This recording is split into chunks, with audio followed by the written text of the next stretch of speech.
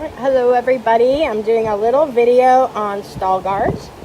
So you can see this is Teddy, and his stall guard is appropriately set up.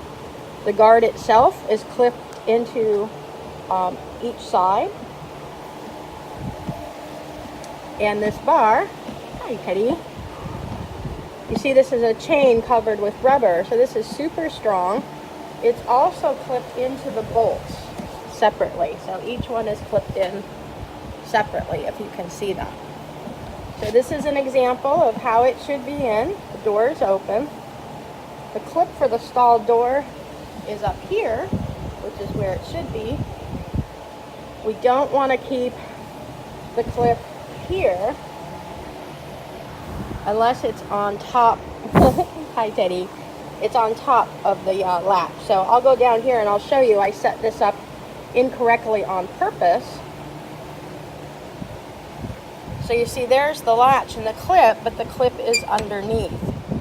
So we never keep the clip underneath even when the stall is empty, because people tend to open up the stall door, close the stall door with the horse inside, and then they leave the clip down there. Not always, but often enough that it's a problem. So a horse like Love Bud, I'll post a separate video of him trying to get out of his stall. He's clever enough that he can reach over with his nose, fiddle with this, open it, and then come out. So we want to make sure that that's never there, whether the horse is in the stall or not in the stall. So since he's in here, I'll fix that properly. If he were not here and the stall door was closed, it would be sitting here, the clip right on the ledge. It's always just to the side of the horse's stall. That way we know where it's at. I've seen sometimes where people will put them over here on this ledge, and then when the stall door is open, it's hard to find the carabiner. So people think maybe it's missing, and then the door ends up being closed but not clipped. So that's just one example. So these have horses in it. Here's Jackson's stall. There's no horse in it at all. So you can leave it like this if you'd like, or just the stall guard is up, which is really great. It's easy for the person coming in with the horse. If for some reason you want to close this, you can do that, but leave the stall guard up. That'll help keeping people from having to go find the stall guard or look for it when people actually remove it from the stall. So that's good. If you felt that a horse was unsafe in there with the stall guard, you could certainly remove it if he was kicking or pawing. We generally don't have that, and these are going to be for horses that are well behaved and fairly calm. So we wouldn't have one of these on JT's stall. So if we were moving him to clean his stall, we would want to be sure if he were coming into here, we would actually remove this, and we would close the stall door and clip it appropriately. So that's not typically what we would do, but for a horse like JT, we would do that, right? So hope that's clear. So the stall guards, when they're up, it's really nice. We'll go back here to Teddy. When you walk down, you see how you can't see the horse?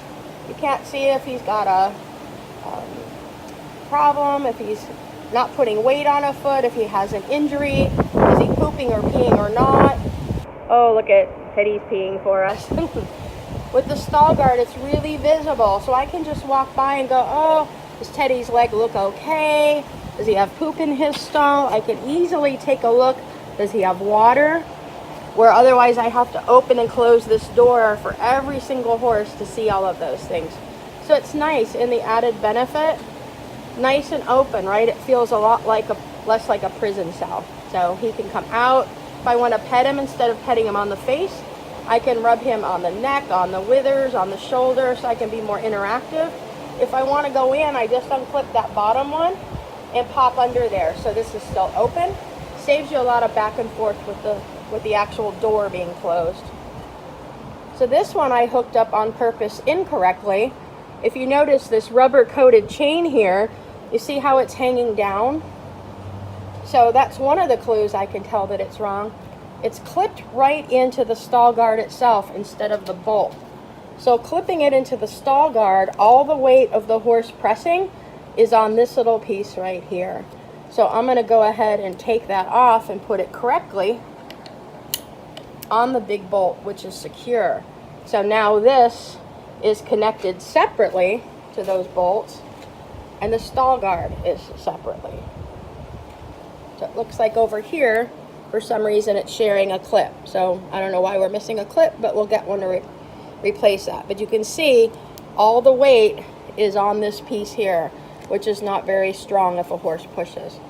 When this is up, if they push into it hard, that catches it, right? If it's very loose, the stall guard takes the weight, and that can rip. So it would take a lot of force, but if you had a horse like JT or some out of the ordinary behavior, you want that rubber coated chain up as a safety.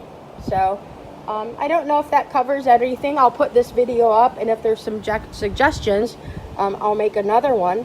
But we want the horses with stall guards to have the stall guards up. Certainly moves a lot more air through there as we get hot, whether they're in or out of the stalls.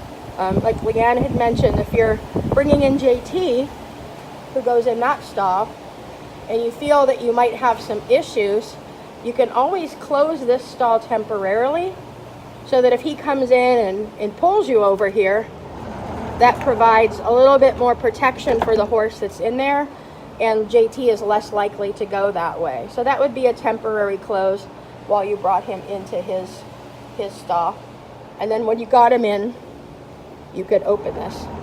The only time that we're not going to use stall guards is at night. So when the evening crew leaves, we don't want the horses with star guards, only for like 12 or 14 hours, right? So during the day, someone's either here popping in and out. There's usually somebody around somewhere. But at night, there's nobody here. So we don't want these stall guards up. We want the doors actually fixed and closed if there's a horse in them. If there's no horse in them, you can stay up just like this. It's really going to help move the air around in here. And again, we can see the horses. We can monitor the horses.